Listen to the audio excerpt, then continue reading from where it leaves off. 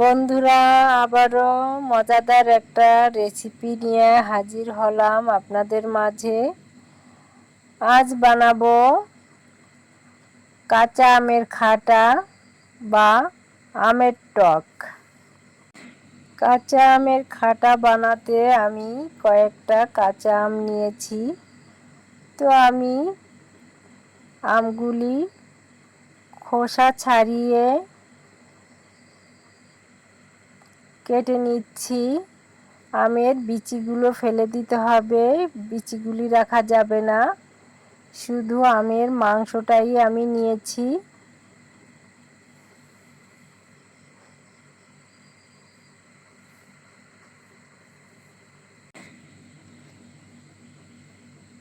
তো এভাবে পাতলা পাতলা করে কেটে আমি বিচি ফেলে ধুয়ে কড়াইয়ে দিয়ে দিব।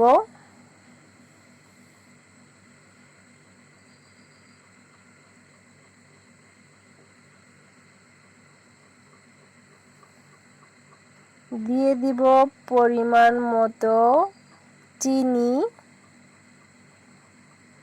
লবণ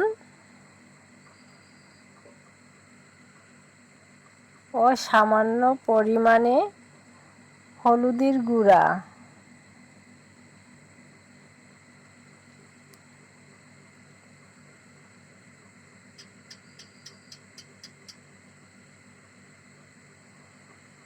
এবারে নেড়ে চেড়ে আমি ভালোভাবে আমটা কষিয়ে নিব।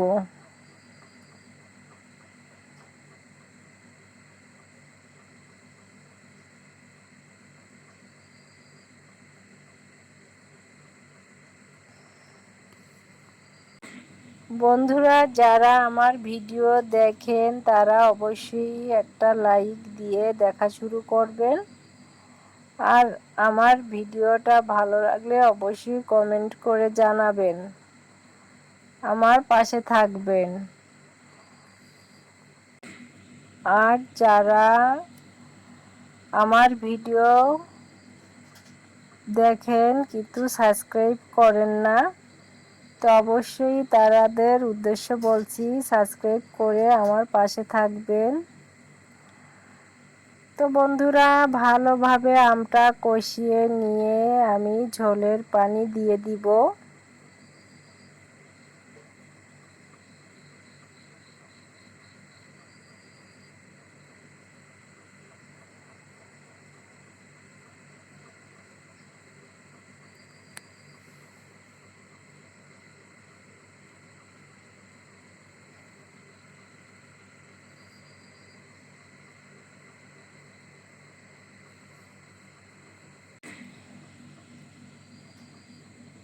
ঝোলের পানি দিয়ে আমি নেড়ে চেড়ে টকটা রান্না করে নিব।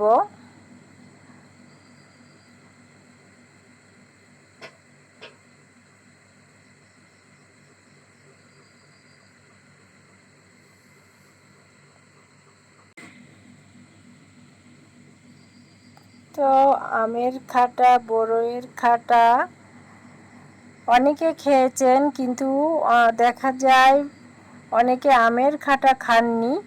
তারা অবশ্যই এইভাবে আমের খাটাটা খাবেন, অনেক টেস্টি। আসলে না খেলে বুঝবেনই না এই আমের খাটাটা এত মজাদার এবং খুবই ভালো লাগে।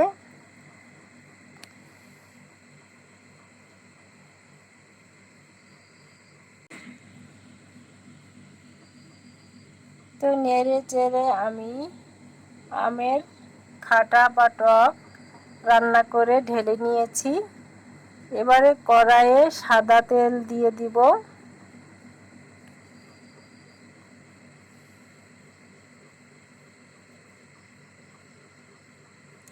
দিয়ে দিব শুকনো মরিচ,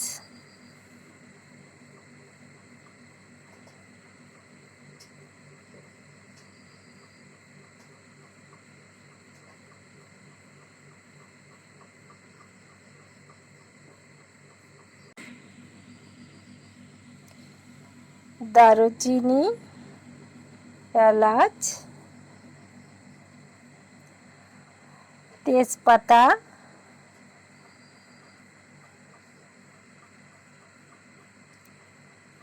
এবারে নেড়ে চেড়ে আমি কিছুক্ষণ ভেজে নিয়ে দিয়ে দিব সামান্য পরিমাণ পেঁয়াজ কুচি, রসুন কুচি। এবারে আমি পেঁয়াজ রসুন ভেজে নিব।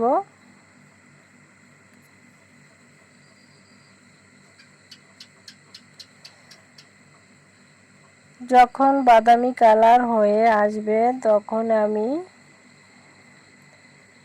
দিয়ে দিব কাঁচা পাঁচফোড়ন এবং কাঁচা জিরা।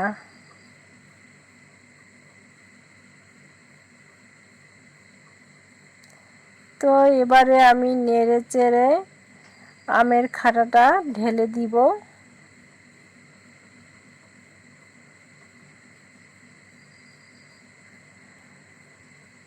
আমের খাটাটা ঢেলে দিয়ে আমি নেড়ে চেড়ে নামিয়ে নিব।